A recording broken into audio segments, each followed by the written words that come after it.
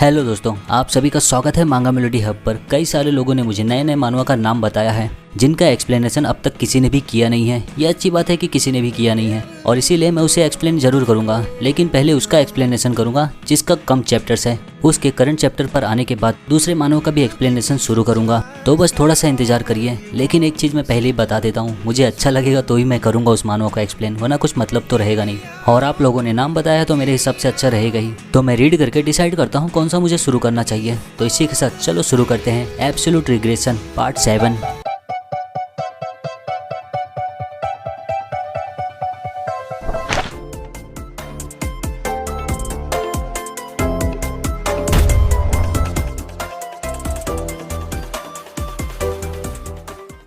जैसा कि हमने देखा था, सीमा हेवनली डीमन से बोलता है इन्वेस्टिगेशन करना ये मेरा काम है, तो सेकंड सन को वहाँ क्यों भेजा गया। हेवनली डीमन बोलता है उसने मुझे बोला था कि हम डीमन का रास्ता खो चुके हैं, अब जब वो इतनी बड़ी बड़ी बातें करेगा तो उसे करके दिखाना होगा। और ये सुनकर सीमा पूरी तरह हैरान हो जाता है, बस इतनी सी बात पर उसे वहाँ भेज दिए। ये मन में सोचता है, बोलता नहीं। अभी हम देख रहे एक कौवे को और उसे किसी ने मारकर लटका दिया है हॉलवे में, और इसी चीज पर सब लोग आपस में बातें करते रहते हैं। क्या आखिर में ये लोग करना क्या चाहते हैं? आखिर में ये लोग मरे हुए कौवे को क्यों लटकाए? वो साले निर्वाणा पेविलियन के कमीने इन्वेस्टिगेटर्स है तो क्या हो गया? और ये सब सेकंड सन और डैरियोंग देखते रहते हैं पीछे से। सेकंड सन सभी को देखकर सोचता है वो जो हमें एंट्रेंस पर रोके थे वही सबसे ज्यादा शिकायत कर रहे हैं। और तभी एक शख्स की आवाज आती है, ये कुछ ज्यादा ही नहीं हो गया? दोनों जन उसे देखने लगते हैं, कौन है वो? और वो शख्स है जैंग हो। सेकंड सन देखकर बोलता है कौन हो तुम? वो बोलता है डिमोनिक आर्मी का मैं 3rd क्रॉप्स कमांडर हूँ, जैंग हो। डैरियोंग धीरे से सेकंड सन को इसके बारे में बताता है।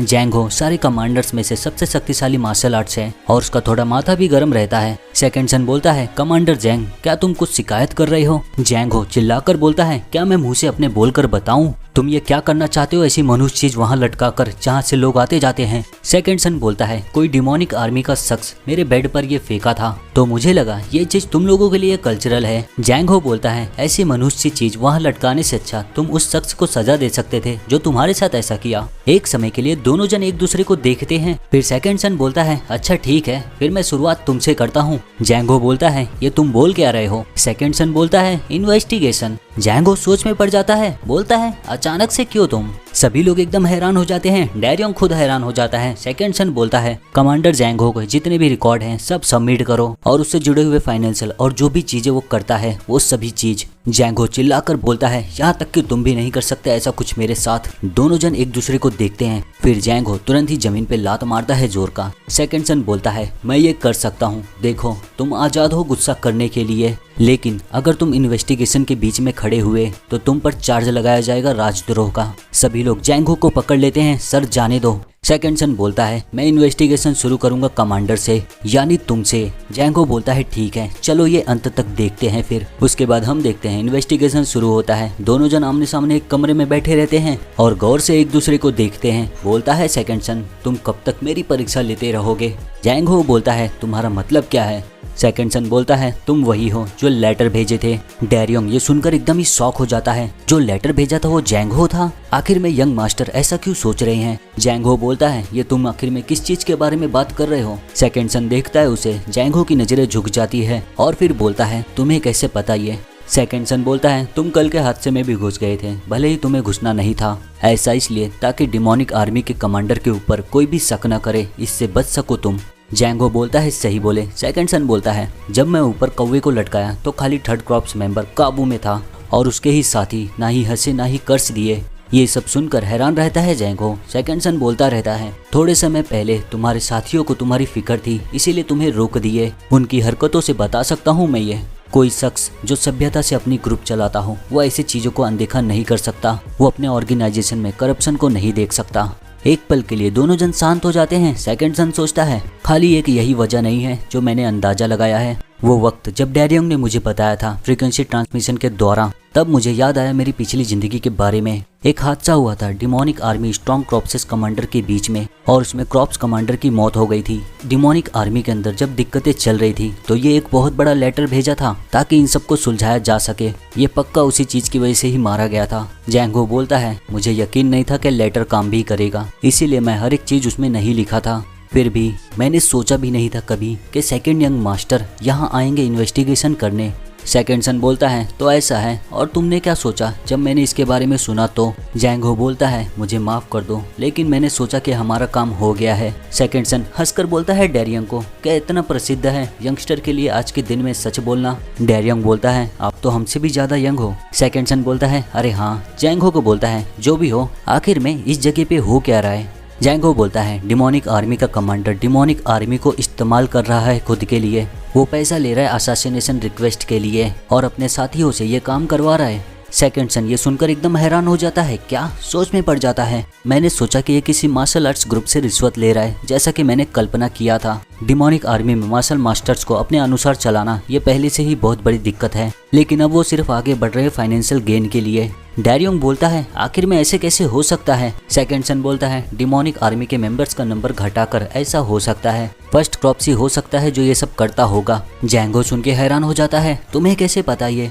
सेकंड सन बोलता है ठीक ऐसे ही पता चला जब मैंने उसे देखा थर्ड क्रॉप्स का कैसा रिएक्शन था। फर्स्ट क्रॉप्स मेंबर ही थे जो हमें रोके थे, और वो वही लोग थे जो कौवे के ऊपर लटके हुए देखकर सबसे ज्यादा शिकायत कर रहे थे। और तुम्हें कैसे पता चला कि मैं वो था? जैंगो देखता है, नजरें झुका लेता है, बोलता है मार्शल आर्टिस्ट जो पहले वाले इन्वेस्टिगेटर को मारकर आत्महत्या कर लिया था वो मेरा दोस्त था, और वो पहला शख्स था जो इतना बड़ा लेटर भेजा था। सेकंड सन पूछता है तुम उससे कितना करीब थे? जैंगो बहुत दुखी हो जाता है, बताता है हम एक ही समय में कल्ट में ज्वाइन हुए थे, हम एक परिवार की तरह थे। सेकंड सन पूछता है तुम्हें क्या लगता है कौन मारा उसे? जैंगो बोलता है मुझे यकीन है डिमोनिक आर्मी कमांडर उसे ऑर्डर दिए थे, और गोडेंग दी फर्स्ट क्रॉप्स कमांडर उसे खुद से ही मारा था। ये सुनकर सेकंड सन सोचता है अगर जैंगो जो भी बोल रहा है वो सच है तो इसका मतलब डिमोनिक आर्मी के अंदर बहुत ही ज्यादा करप्शन है और पूरी फर्स्ट क्रॉप्स इसमें शामिल है, और ये यहाँ तक कि इतना आगे बढ़ गए कि इन्वेस्टिगेटर को मार दिए। मैं सोच रहा हूँ अगर फादर और सीमा मियोंग को इस चीज के बारे में सच में पता हो तो मुझे यकीन है उन्हें कुछ हद तक समझ में आ गया होगा, इसीलिए उन्होंने मुझे यहाँ भेजा। वो मेरी परीक्षा ले रहे हैं, वो देखना चाहते हैं कि इस हादसे को मैं सुलझा सकता हूँ कि नहीं,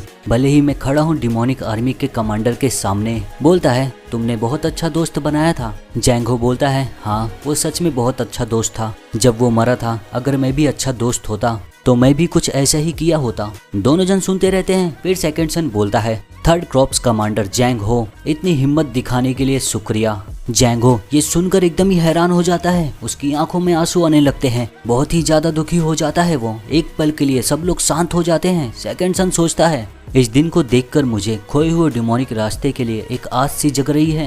हेवनली डिमन डिमांड कल्ट के अंदर इस जगह पर मैं चाहता हूँ ऐसे लोगों को जरूरी रोल मिले। भले ही मेरी पिछली जिंदगी में जैंगो मर गया था, लेकिन इस समय इस बार नहीं मरने दूंगा। मेरे रिग्रेशन के बाद मैं ऐसे लोगों को बचाऊंगा जिन्हें नहीं मरना चाहिए। उसके बाद हम देखते हैं डैरियंग और सेकंड सन दोनों बाहर टहलते रहते हैं। डैरियंग बोलता है आपकी अफवाह जैसी सुनी थी मैंने, आप उससे काफी अलग हो। सेकंड सन बोलता है कैसी अफवाह थी वो?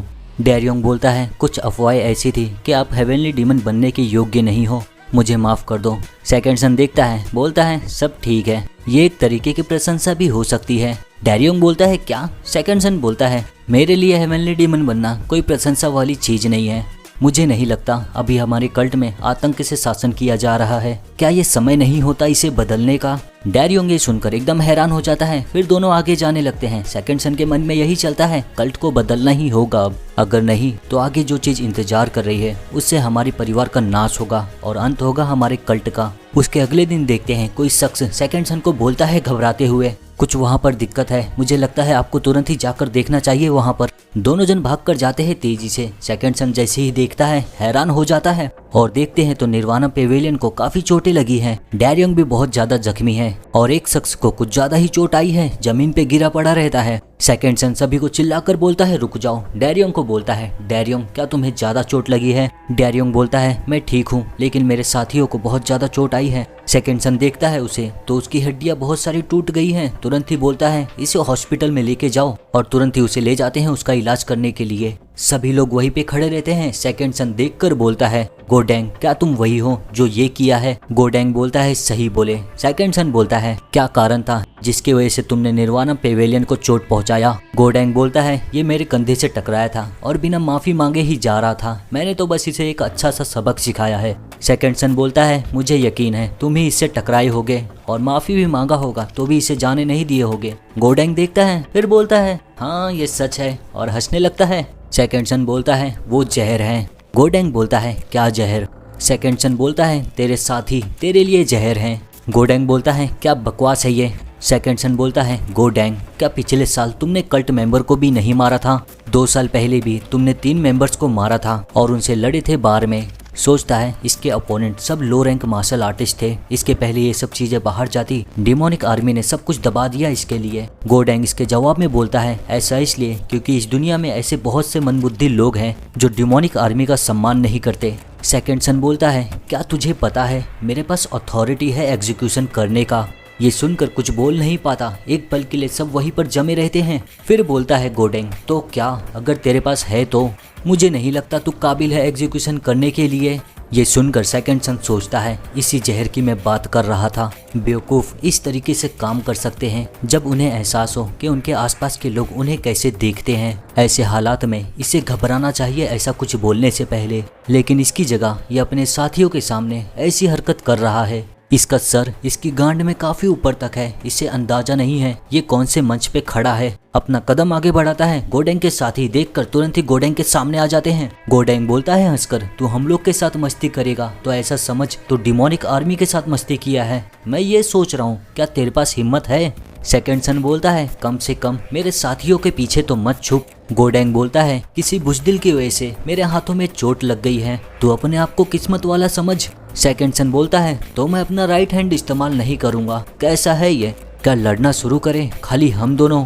गोडेंग सोच में पड़ जाता है, फिर हंसकर बोलता है यहाँ जख्मी होने के बाद तुझे कल्ट लीडर से उलझना होगा। सेकंड सन बोलता है तेरे ऊपर कुछ जिम्मेदारी नहीं आएगी, भले ही मैं यहाँ मर जाऊंगा, मैं कसम खाता हूँ इसका। डैरियोंग सुनकर सोचता है आखिर में ये कर क्या रहा है। गोटेंग बहुत ही ज्यादा खुश हो जाता है, अपनी स्वॉर्ड निकालकर बोलता है बहुत अच्छे चलो फिर अब लड़ते हैं। डैरियोंग बताता है सेकंड सन को गोडेंग लेफ्ट हैंड से भी उतना ही स्वॉर्ड को चला सकता है जितना राइट हैंड से। सेकंड सन सुनकर सोचता है तो इसीलिए इसे खुद पर इतना आत्मविश्वास है, हाँ, और अपनी स्वॉर्ड निकाल कर तैयार हो जाता है वो भी लड़ने के लिए। सभी लोग देखते रहते हैं ध्यान से और उतने में ही गोडेंग अपनी स्वॉर्ड से एक स्लैश मारता है सेकंड सन के ऊपर, लेकिन वो उसे डॉज कर लेता है तुरंत ही। सेकंड सन जंप मार लेता है तुरंत ही, वो स्वॉर्ड की स्लैश जिस तरफ जाती है उधर की जमीन पूरी टूट जाती है। उतने में ही गोडेंग के सर के बगल से स्वॉर्ड जाती है सेकंड सन की, लेकिन वो उसे डॉज करता है। सेकंड सन जमीन पे नीचे उतरता है, अपनी स्वॉर्ड को अपने हाथ में ही घुमा के तुरंत ही उसका लेफ्ट हैंड काट देता है पूरा, और उसके दर्द से बहुत जोर चिल्लाता है गोडेंग। और वैसे ही सेकंड सन गोडेंग के चेहरे पे मारता है स्वॉर्ड के पिछले हिस्से से, गोडेंग गिर जाता है जमीन पे। उसके साथ ही सभी लोग गुस्से में आ जाते हैं, कमीने। सभी लोग बोलते हैं कमांडर की रक्षा करो और अटैक करने के लिए बढ़ जाते हैं सेकंड सन के ऊपर। सेकंड सन देखता है, डैरियोंग चिल्लाता है देखकर सेकंड यंग मास्टर, लेकिन सेकंड सन तैयार रहता है, एक झटके में ही उन सभी को मार देता है उनके गले पे। सब एक साथ में ही गिर जाते हैं जमीन पे। डैरियोंग और बाकी लोग देखकर एकदम ही हैरान रहते हैं। सेकंड सन बोलता है सभी को उन लोगों का अपराध जो अभी अभी देशद्रोह में मरे। उतने में ही उसे आवाज आती है प्लीज मुझे छोड़ दो। सेकंड सन देखता है तो वो बोला है गोडेंग ने। गोडेंग जमीन पे ही पड़ा रहता है। सेकंड सन बोलता है क्या तुझे पता है उनके परिवार का जिनको तूने बार की लड़ाई में मार दिया था?